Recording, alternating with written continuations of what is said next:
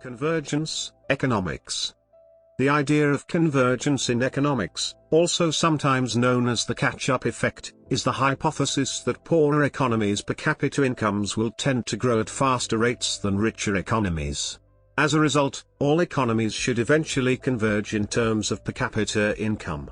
Developing countries have the potential to grow at a faster rate than developed countries because diminishing returns, in particular, to capital, are not as strong as in capital-rich countries. Furthermore, poorer countries can replicate the production methods, technologies, and institutions of developed countries. In economic growth literature, the term convergence can have two meanings. The first kind, sometimes called sigma convergence, refers to a reduction in the dispersion of levels of income across economies. Beta convergence, on the other hand, occurs when poor economies grow faster than rich ones.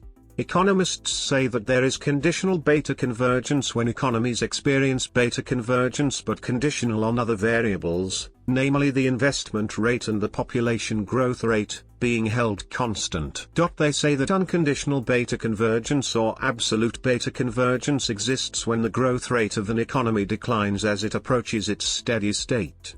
According to Jack Goldstein, in the 20th century, the Great Divergence peaked before the First World War and continued until the early 1970s. Then, after 2 decades of indeterminate fluctuations, in the late 1980s it was replaced by the Great Convergence as the majority of Third World countries reached economic growth rates significantly higher than those in most First World countries. Thus the present-day convergence should be regarded as a continuation of the Great Divergence. Limitations. The fact that a country is poor does not guarantee that catch-up growth will be achieved. Moses Abramovich emphasized the need for social capabilities to benefit from catch-up growth. These include an ability to absorb new technology, attract capital and participate in global markets. According to Abramovich, these prerequisites must be in place in an economy before catch-up growth can occur, and explain why there is still divergence in the world today. The theory also assumes that technology is freely traded and available to developing countries that are attempting to catch up. Capital that is expensive or unavailable to these economies can also prevent catch-up growth from occurring, especially given that capital is scarce in these countries. This often traps countries in a low-efficiency cycle whereby the most efficient technology is too expensive to be acquired. The differences in productivity techniques is what separates the leading developed nations from the following developed nations, but by a margin narrow enough to give the following nations an opportunity to catch up. This process of catch-up continues as long as the following nations have something to learn from the leading nations, and will only cease when the knowledge discrepancy between the leading and following nations becomes very small and eventually exhausted. According to Professor Jeffrey Sachs, convergence is not occurring everywhere because of the closed economic policy of some developing countries, which could be solved through free trade and openness. In a study of 111 countries between 1970 and 1989, Sachs and Andrew Warner concluded that the industrialized countries had a growth of 2.3%/year/capita, open economy developing countries 4.5% and closed economy developing countries only 2%. Robert Lucas stated the Lucas paradox, which is the observation that capital is not flowing from developed countries to developing countries despite the fact that developing countries have lower levels of capital per worker. This statement, however, has received recently serious objections. Examples. There are many examples of countries which have converged with developed countries which validate the catch-up theory. Based on case studies on Japan, Mexico and other countries, Nakaoka studied social capabilities for industrialization and clarified features of human and social attitudes in the catching-up process of Japan in the Meiji period, 1868 to 1912. In the 1960s and 1970s, the East Asian tigers rapidly converged with developed economies. These include Singapore, Hong Kong, South Korea and Taiwan, all of which are today considered developed economies. In the post-war period, 1945 to 1960, examples include West Germany, France, and Japan, which were able to quickly regain their pre-war status by replacing capital that was lost during World War II. Some economists criticize the theory, stating that endogenous factors, such as government policy, are much more influential in economic growth than exogenous factors. For example, Alexander Gerschenkron states that governments can substitute for missing prerequisites to trigger catch-up growth.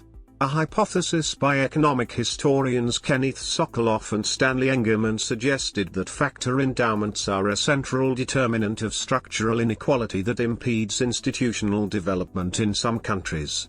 Sokoloff and Engerman proposed that in the 19th century, countries such as Brazil and Cuba with rich factor endowments such as soil and climate are predisposed to a guarded franchise with limited institutional growth.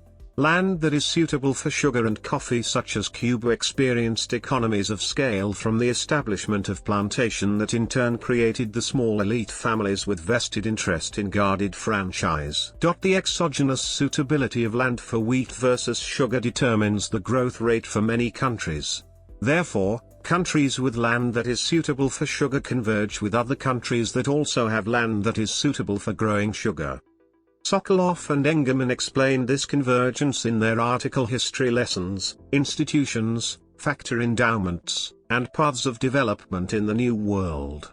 They explained that the United States and Canada started out as two of the poorest colonies in the New World but grew faster than other countries as a result of their soil qualities. They argued that the United States and Canada had land suitable for growing wheat, which meant that they had small-scale farming, since wheat does not benefit from economies of scale, and this led to a relatively equal distribution of wealth and political power, enabling the population to vote for broad public education. This differentiated them from countries such as Cuba that had land suitable for growing sugar and coffee. Such countries did benefit from economies of scale and so had large plantation agriculture with slave labor, large income and class inequalities, and limited voting rights. This difference in political power led to little spending on the establishment of institutions such as public schools and slowed down their progress. As a result, countries with relative equality and access to public education grew faster and were able to converge on countries with inequality and limited education. Types of convergence. As classified by Oded Galler. The implication of this is that poverty will ultimately disappear by itself. It does not explain why some nations have had zero growth for many decades, for example in sub-Saharan Africa. The implication is that structural characteristics, and not initial national income, determine the long-run level of GDP per worker. Thus, foreign aid should focus on structure, infrastructure, education, financial system etc., and there is no need for an income transfer from richer to poorer nations. Thus, this is in contrast to the theory of conditional convergence, and would suggest that foreign aid should also include income transfers and that initial income does in fact matter for economic growth. From divergence to convergence.